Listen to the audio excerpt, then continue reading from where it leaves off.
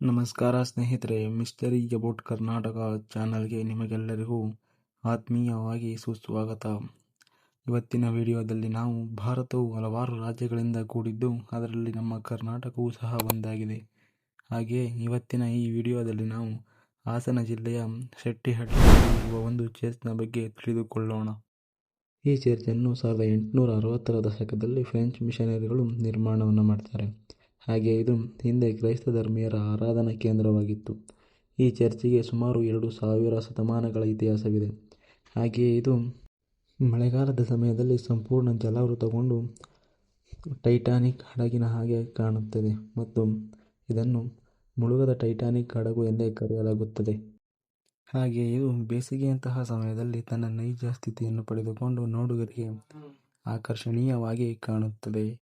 1823ರಲ್ಲಿ ಈ ಭಾಗದಲ್ಲಿ ಭೀಕರ ಬರಗಾಲ ಸಂಭವಿಸಿದಂತಹ ಸಂದರ್ಭದಲ್ಲಿ ಈ ಚರ್ಚ್ ಅನೇಕ ನಿರ್ಗತಿಕರಿಗೆ ಆಶ್ರಯವನ್ನು ಒದಗಿಸಿತ್ತು.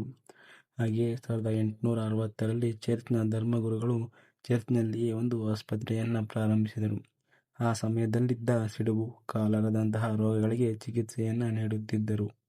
ಆರೋಗ್ಯ ಸೇವೆ, ಸಮಾಜ ಸೇವೆಯನ್ನು ಮಾಡುತ್ತಾ ಗುರುತಿಸಿಕೊಂಡಿದ್ದ ಈ ಚರ್ಚಿಗೆ ಜರ್ಮನಿ, ಇಂಗ್ಲೆಂಡ್, ಆಸ್ಟ್ರೇಲಿಯಾ ಸೇರಿದಂತೆ ಇತರ ಯುರೋಪ್ಯ ರಾಜ್ಯಗಳ ರಾಯಭಾರಿಗಳು ಭೇಟಿಯನ್ನು ಸಹ ನೀಡುತ್ತಿದ್ದರು. ಸ್ವಾತಂತ್ರ್ಯ ನಂತರ ಅಂದರೆ 1960ರಲ್ಲಿ ಹಾಸನ, ತುಮಕೂರು ಹಾಗೂ ಮಂಡ್ಯ ಜಿಲ್ಲೆಯ ಭಾಗಗಳಿಗೆ ನೀರಾವರಿಯ ವ್ಯವಸ್ಥೆಯನ್ನು ಕಲ್ಪಿಸಲು ಹಾಸನದ ಜೀವನ ನದಿಯಾದ ಹೇಮಾವತಿಗೆ ಗೋರೂರು ಗ್ರಾಮದ ಬಳಿ ಅಣೆಕಟ್ಟೆಯನ್ನು ನಿರ್ಮಿಸಲಾಗಿತ್ತು. ಈ ಜಲಾಶಯ ನಿರ್ಮಾಣಗೊಂಡಾಗ ಶೆಟ್ಟಿಹಳ್ಳಿ ಸೇರಿದಂತೆ ಸುಮಾರು 28 ಗ್ರಾಮಗಳು ಅಣೆಕಟ್ಟಿನ ಹಿನ್ನೀರಿನಲ್ಲಿ ಮುಳುಗಡೆಗೊಂಡವು.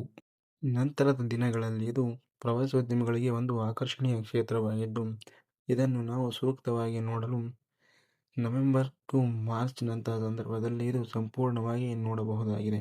ಹಾಗೆ ಜೂನ್ ಮತ್ತು ಅಕ್ಟೋಬರ್ ತಿಂಗಳುಗಳಲ್ಲಿ ಮಳೆಗಾಲದಂತಹ ಸಂದರ್ಭಗಳಿರುವುದರಿಂದ ಇದನ್ನು ನಾವು ತೇಲುವ ರೀತಿಯಲ್ಲಿ ಕಾಣಬಹುದಾಗಿದೆ. ಇದಾಗಿತ್ತು ಗೈಸ್ ಇವತ್ತಿನ ವಿಡಿಯೋ ಇಷ್ಟ ಆದಲ್ಲಿ ಒಂದು ಲೈಕ್ ಮಾಡಿ, ಕಮೆಂಟ್ ಮಾಡಿ ಆ್ಯಂಡ್ ಸಬ್ಸ್ಕ್ರೈಬ್ ಮಾಡ್ಕೊಳ್ಳೋದನ್ನ ಮಾತ್ರ ಮರಿಬೇಡಿ. ಧನ್ಯವಾದಗಳು.